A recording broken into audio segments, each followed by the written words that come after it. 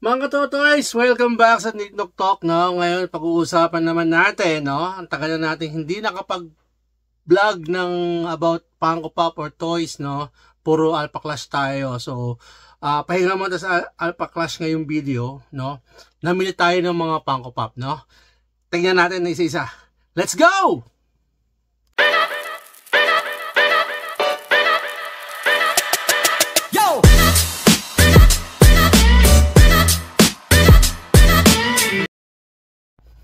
And yun na nga, no? So, ito na nga yung mga nabili natin, no? Medyo marami na tayo nabili ngayon.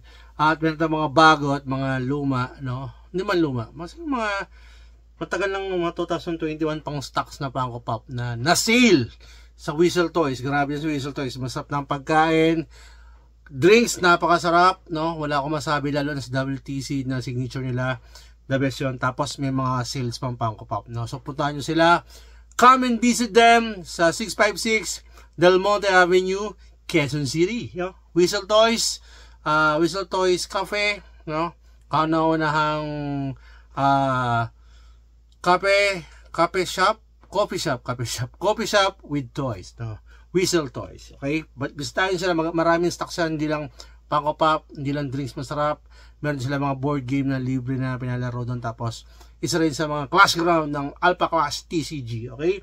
But for now, hindi muna TCG pag-uusapan natin. Pag-uusapan natin yung mga na-haul natin na mga Funko Pop, no? Starting with, unang-unang tayo. Since nabanggit na natin yung WTC, no? Yung Whistle Toys, no? Yung unahin natin. Kasi nag-sale sila, nakakuha ko, no? So, yung tatlong to, nakuha ko lahat ng worth 750 pesos lang. Pero tatlong pop na yun nakuha natin. So, ano yun nakuha natin? Unang-una nakuha natin, BTS na si Jin, no? BTS yan. So, maganda yung box. Namili tayo. Siyempre, makakapili tayo. Nakuha natin sa kanila to. No, parang lumalabas 250 isa. Pero 750 tatlo, no? Itong Jin, medyo mura to right now. Pero sa price na nakuha natin, medyo sulit na. Kasi right now, itong Jin, nagkakalaga to ng around $6 I think, no? $6. Check ko na sa HabiDB, no? So $6 siya. And then nakakuha tayo ng Attack of the Titans, si Hange ba? Hanje. O kung naman, no? Sorry sa mga anime fan, hindi ko masyado nakapanood to. Pero pag yung movie nito, maganda yung movie nito, no? Adaptation, no? Ito, kasama sa 750 natin ng tatlo. So I think si Hange is $6 din. Pero original price niya, no? 650, no? So nag-sale na sila, kaya cheap na cheap, no? At maganda yung pop. So murang-mura. Nakuha natin to. And then ang pinaka nagustuhan ko, kasi lumalabas pag nabili ko to, para libre yung dalawa, no? Si Warhog ni Sonic the Hedgehog, no? So maganda tong pop na to. Gusto nga siyang kolektahin, no? Kaya lang parang I'm too late for the Sonic, pero okay na yun. So gusto ko siyang laruin yung sana yung sa games or mga collections, no? Kasi nung bata ko sa Sega, nilalaro ko si Sonic. Pero hindi ko naman story itong ni Warhog, eh. Hindi ko naman story niya. Pero yung si Sonic, yan, pati sa Knuckles, nalaro ko sa Sega 6, sa Genesis 16-bit, no? So ito. Ito, si Warhog, nagkakalaga to right now, I think $28 to. Kaya dito pa lang, no? So yung dalawa, kahit mababa, bawing-bawin tayo kasi kung sa price pa lang ito, tubo na tayo kasi 750 natin nakuha. Okay? And then, pumunta tayo ng Phil Bars, no? Naghanap tayo ng mga bago. I think dumating na yung mga kailangan natin, no? Kailangan ko yung Sabertooth and Wolverine kasi hindi ko nabili. Medyo low budget na tayo. Kaya bili ko muna yung pinaka gusto ko. Total naman meron na akong Wolverine ng Sabertooth na na Funko, no? Na tigo solo. Pero bibili pa tayo ng tupak nun. Ang nakita ko dito is yung hinahanap ko na retro toys, no? Kasi gusto ko mga retro toys, no? Yung nasa nilabas hindi ko trip, pero sayang nabenta ko dati yung Optimus Prime ko. Pero nilabas nila ngayon yung 40 years anniversary ng Transformer, no?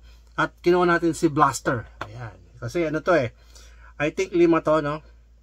Ito yung 5. Si Megatron, si Optimus Prime, si Astro Train, Blaster, and si Laserbeak, no? Yung Optimus Prime, meron tayo ito, yung unang nilabas na retro toys. Yung Optimus Prime, siguro kung wala akong makukuha uli nung dati nakuha ko ng metallic, baka bilhin natin to.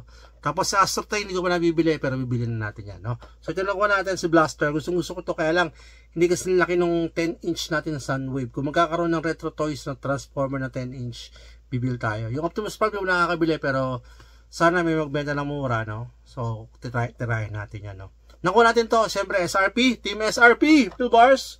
Thank you very much, 675. Ito po yung ito na po yung SRP ng, ng Funko Pop regular sa Pilipinas. No? Yung mga sticker na sa around 900 or 1,000 pataas.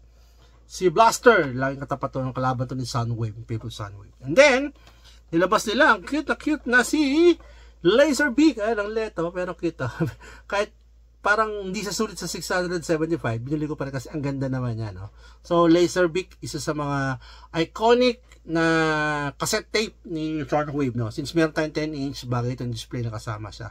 Hopefully, gawin nila yung yung lahat ng cassette tape ni Sunwave, no? Sila Princey, si Rumble, si Ravage, pasok nila, tas pwede ko siyang gawa ng picture, no? Si 10-inch kasama yung mga cassette tape niya, no? Hopefully sana magkaroon, no? So, Laserbeak, cute na cute, ang ganda. Okay, SRP. So, balik tayo.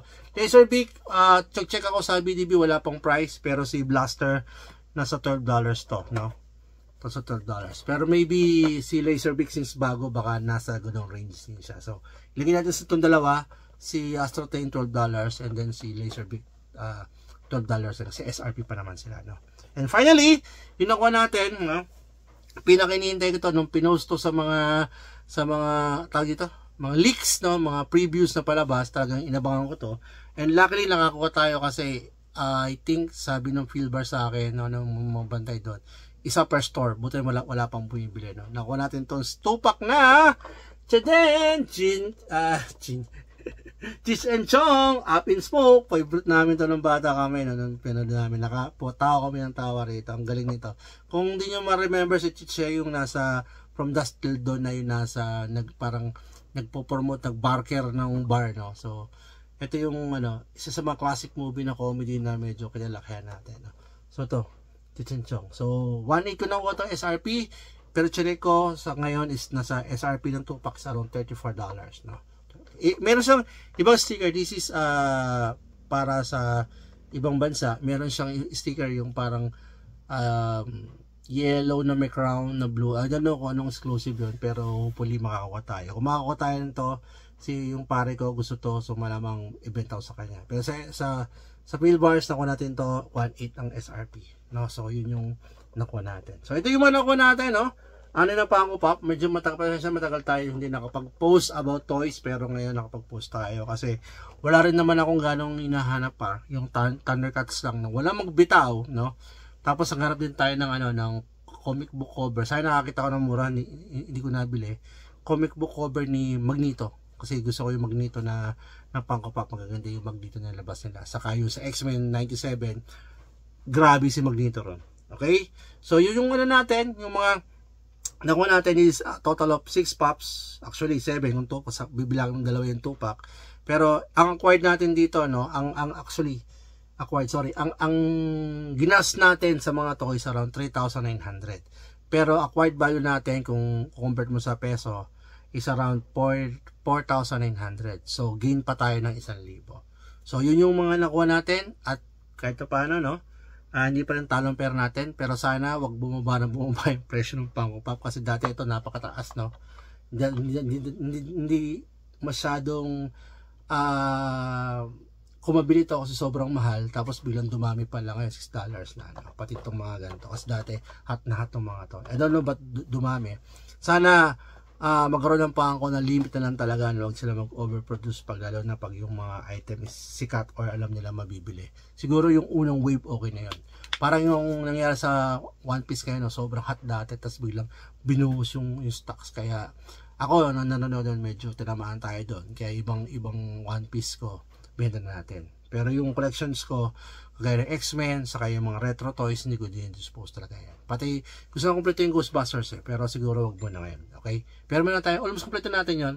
Yung mga yung mga hindi main characters na lang kulang, pero pinag-isipan ko pa. Anyway, so yun muna guys, no? Pasensya na, medyo mahaba yung wala tayong Funko Pop ngayon. I make it sure na magkaroon tayo ng content sa Funko Pop, no? Kasi medyo nabista Alpha Clash, sakto na rin na Alpha Clash. At abangan nyo pa yung mga parte, kasi may mga parte pa akong mga toys na pwede natin i-share sa inyo. Okay? So, maraming salamat guys. Keep it safe. Happy hunting. Before kayo lumabas or matapos sa video na to, no, or ilipat manood sa iba, paki-click yung share, like, kung pwede, at yung subscribe button sa mga hindi pa nakapag-subscribe. No? So, guys, libre naman po yun. Malaking tulong po sa aming mga nagko-content na maparami. No? And hopefully, kung sakali, ma-monetize, syempre mas marami pa tayong content na maibigay sa inyo. Okay? Maraming salamat, guys. Again, this is Nick Nok Talk saying, keep it safe. Happy hunting to all. Bye!